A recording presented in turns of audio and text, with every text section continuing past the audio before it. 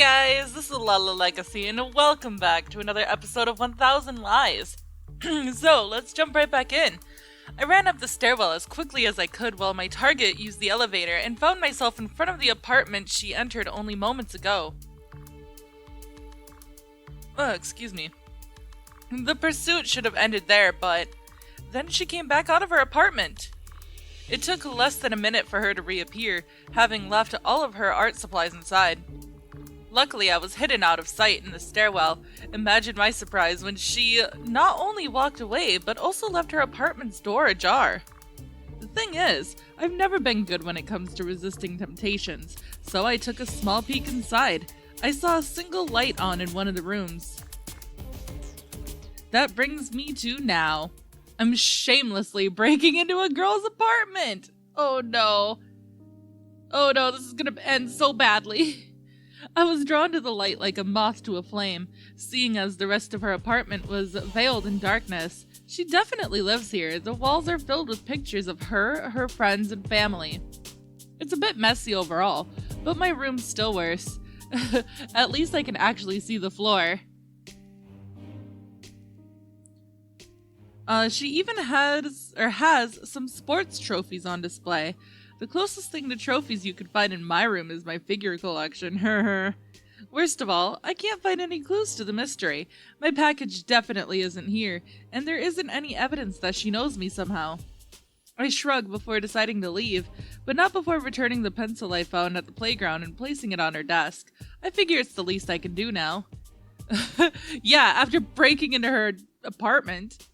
At first, I thought about leaving it with the rest of her art supplies, but I couldn't find them. So on the desk it goes. I make my way through the darkness and out of her apartment, quietly grumbling and wondering how I could be so unlucky. The front door is difficult to open, even using my full strength because the frame is close to the door, making it resistant to movement, but carefully I manage to quietly open the door. She's right outside, isn't she? Yep. Isn't it hilarious how easily I could just close the door again? Sweat is suddenly pouring down my body quicker and harder than any monsoon. She, the mysterious artist, is now standing on the other side of the door. Not that it's weird, considering this is her home, but why'd she come back so soon? Why is she always in such a hurry? Calm down,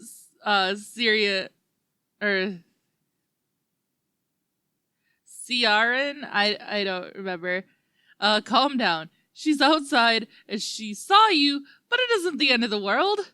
I've got it. I can jump out through the window. It's only the top floor, and I can fly anyway. Yeah, or fly away. Yeah, just fly away. What am I saying? The adrenaline rush isn't letting me think clearly. My mind is foggy, and it feels like my thoughts are at odds with each other. On one hand, there's a chance that she's the culprit of the malevolent email. If that's the case, she won't think it's weird that I'm here and we can talk it through.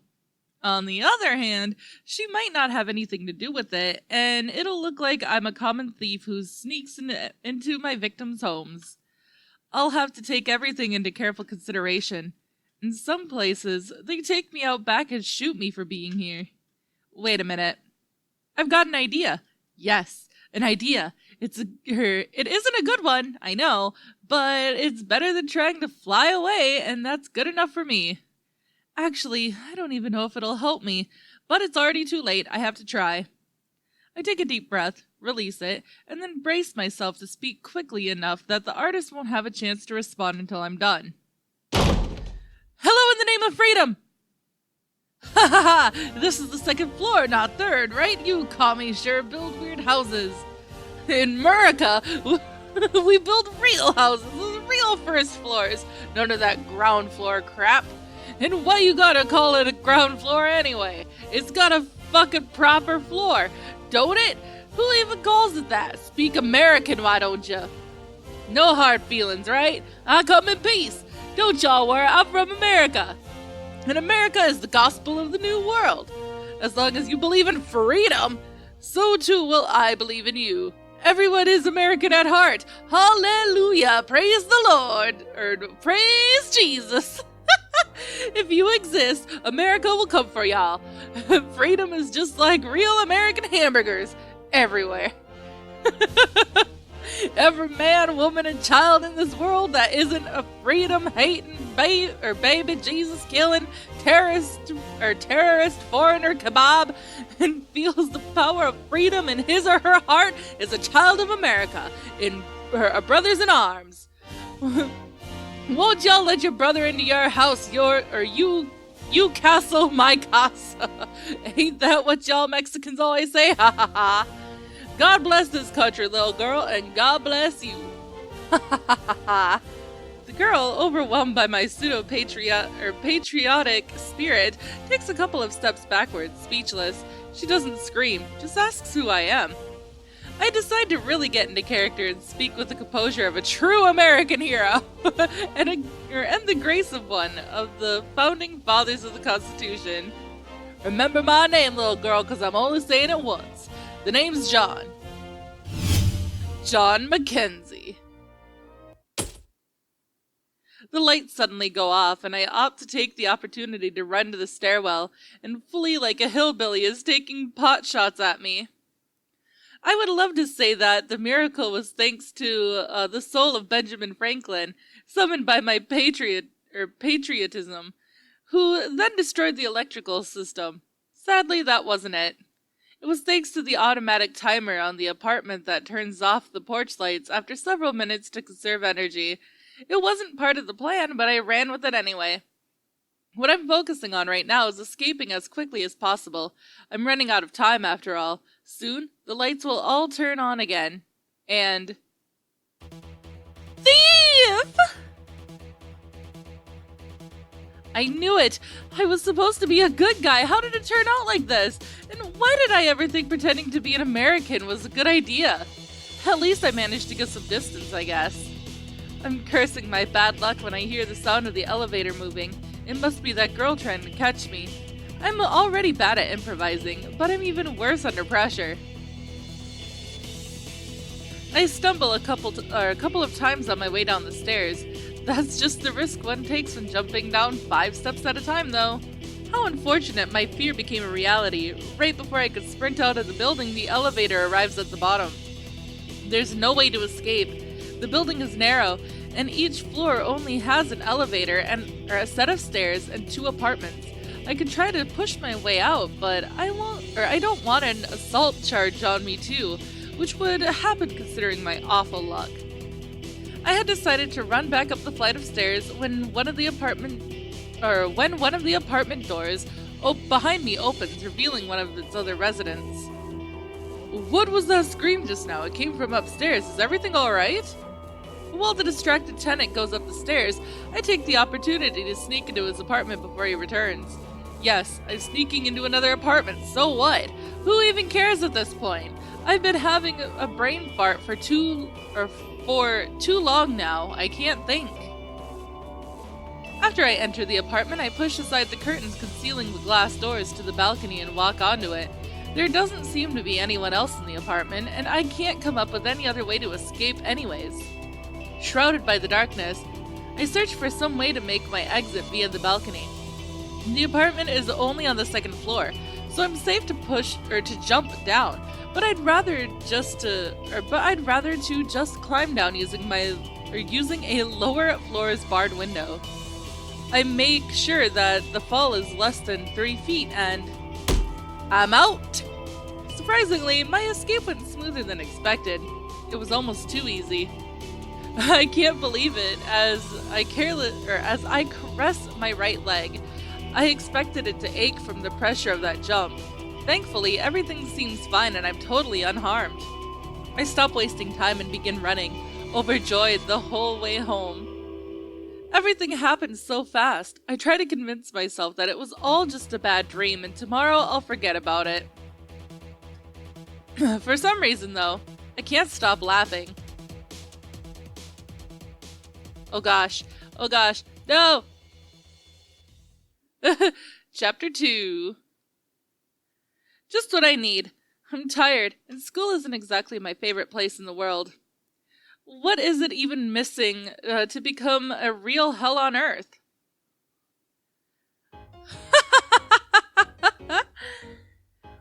Wait, give me a second, my sides hurt too much. So you decided to go to the playground and found a girl there. Then you followed her around town while hiding inside a cardboard box, snuck into her apartment, and then her room like some kind of pervert. And then she caught you and you pretended to be an American. Finally, you ran away and snuck into someone else's apartment and then jumped off of their balcony for whatever reason. Yeah, that's right. It's not like I wanted to tell Mr. and Mrs. Snoopy what happened yesterday, but they kept asking questions when they noticed I wasn't acting like myself. That's what you get from wild animals. They have good instincts. Seriously, I don't really have a problem letting people know about my life. I just always end up regretting it. At the end of the day, if those two find out, I never learn. It's actually funny, Compadero. You're always complaining about how I seem like a foreigner because I mix languages, and now you've pretended to be... who? John something? Don't remind me. What a joke. My terrible accent only made it worse. For once, I envy your linguistic ability, but don't get used to it. Not really. I'm only confident about it because I've lived abroad, that's all. Let's just get to the point already, Sierra. What happened to us as men? That girl. On a scale of 1 to 10, how hot was she? Do you really believe I had the time to notice that? From your reaction, I'd say she was at least a solid 8. I decide not to answer that, and instead raise an eyebrow, hoping that it would be enough to deter Aussie from pushing further. Suddenly I'm wrong. More than an 8 out of 10? Coming from someone so picky about real girls, she must look like an angel on earth. I can't wait to meet this sexy soother of troubled souls. It makes no sense to assume that there's any logic to Aussie's crazy imagination. Luckily, the teacher finally comes into the room and instructs everyone to go to their seats. Based on the way Aussie and Ziva say goodbye to me, I don't think they'll be leaving me alone today. The bell signaling the start of recess sounds like a celestial choir to my ears. Everyone shuffles out of the classroom in search of somewhere to take a break. However, I know that my own freedom won't come as easily. The teacher calls out to me before I can leave. Oh gosh. The old friendly literature teacher stands up and pulls me aside, ensuring that no one else can eavesdrop on our conversation. I politely ask him what he needs. I'm pretty surprised that he pulled me aside in the first place, actually. Well, it's about the last assignment you had in class. The creative writing piece. It didn't have an ending. Did you forget to include it? No wonder it took me by surprise since I forgot all about that assignment. But my teacher looks even more astonished when I explain that he already has the entire story in his hands. His expectations drop down to earth, and I watch him trying to figure out whether or not to make me write a proper ending. A request he wouldn't hesitate making to any other student. I've received special treatment for a while now, ever since I won a writing competition. The funny thing is that I didn't even plan on participating in the first place. Turns out, someone decided to enter one of my stories under my name without my permission. From then on, everyone started to assume I'd become a famous writer or something, and their theory was only supported even more by my notebook writing habit. It's not like I hate the idea or anything, and I don't care what other people think of me. I just don't care about writing as much as everyone wants me to. Especially considering that I haven't won anything else since then. What else can I say? The ending doesn't seem finished, right? My teacher isn't confident about how he should react to my small interruption. He admits I'm right, but tries to soften the blow since it's not the first time we find ourselves in this situation. Sorry. I wouldn't put it like that. More like there's still untapped potential. You know, the ending is like the opus magnum of every story. If it fails to meet the reader's expectations, then... I find it fascinating that a literature teacher struggles to find the most politically correct way to express himself. I can only admire a man that respects his pupils so much. Still, sometimes, just sometimes, I wish everyone would stop placing me upon a pedestal. I don't deserve this kind of special treatment. Everything would be easier. Writing an ending. My thoughts are still scattered when I walk into the hallway, which is empty aside from one infamous person. I've been waiting for you! How is my favorite guy? Ziva decides to hang out with me whether or not I like it, and asks why it took me so long to come out. I brush it off as having to ask a question about the last assignment, but she isn't convinced and keeps pestering me as we walk outside together. Do you want to grab something to eat along the way? You could tell me about your plans for Mysterious Girl X. Sounds good, but I'm still not inviting you to anything. Who's Mysterious Girl X anyway? She sounds like a porn star. Don't play dumb. I'm talking about that girl you stalked yesterday. You still don't know if she sent you that email or not, so you should figure it out. And no, I won't ask you to invite me, although a real gentleman wouldn't mind paying for a lady's meal. Aussie always pays for my meal, for example. I do admire your ability to take advantage of others, but I can actually control my hormones well enough to take off the white knight armor. Not to mention that Aussie is loaded, so it doesn't matter if he pays for anything. Why do you think I'm even his friend in the first place? The worst part is coming from you, I believe it. While bickering, we reach a small sandwich shop that's popular amongst all of the students. We wait in line, slowly but surely approaching the window where we'll be able to place our orders. Forget about Aussie for now, you still haven't answered me about that girl X. Poor Aussie, did he do something to make you angry again? You know what I meant. Ooh, what are you going to order? I suddenly want to know what weird taste you have, Ziva. Don't change the subject!